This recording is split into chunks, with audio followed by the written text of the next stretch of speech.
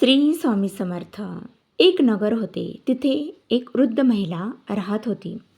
तिला एक सून होती. गाई गुरेही देखील होती. म्हशी होत्या. गव्हाळे मुगाळे नामक वासरे होती. अश्विन मास आला. पहिल्या द्वादशीच्या दिवशी ती वृद्ध महिला सकाळी उठली. शेतावर जाताना सुनेला हाक मारली. मुली, इकडे ये. सून आली काय म्हणून म्हणाली. तशी ती वृद्ध महिला म्हणाली, गव्हाळे मुगाळे शिजत ठेव, असे सांगून ती शेतावर निघून गेली. आता सून गोठ्यात गेली.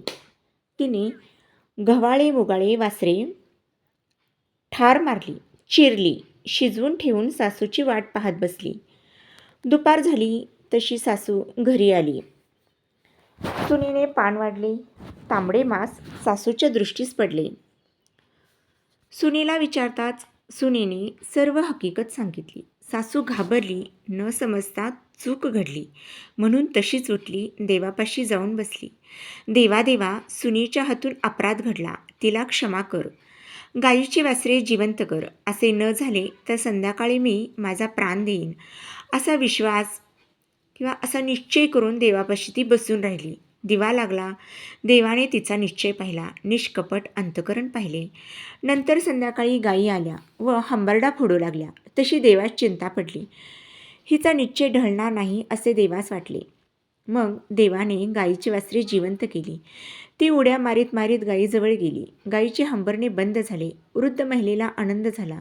सुनेला आनंद झाला. नंतर वृद्धेने गायी गोह्याची पूजा केली. स्वयंपाक करून नैवेद्य दाखवला. म्हणून या दिवशी नैवेद्यात गायीला उडदाचे वडे खावयास देतात.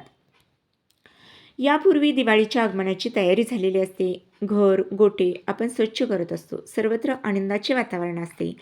शेतीच्या राखणासाठी नेलेली गाय आपल्या बछड्यांसह वसुबारसेला सायंकाळी परतणार असते. तेव्हा तिचे स्वागत करूनच तिच्यासह मागोमागे येणाऱ्या वासराला दिवाळीच्या वसुबारसेला उंबारट्यात ओवाळून घरात घ्यावयाचे असते.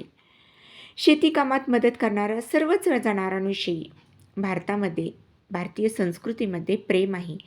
गाय तर कुटुंबातील एक सदस्य असते. घरातील अखंड मातृत्व म्हणजेच गाय. आईसारखीच मायाळू, सोशिक, तसेच वासराला गोंजारून बोलणारं तिचं हंबरणं ऐकून कुणाच्याही हृदयात वात्सल्य दाटून येतं.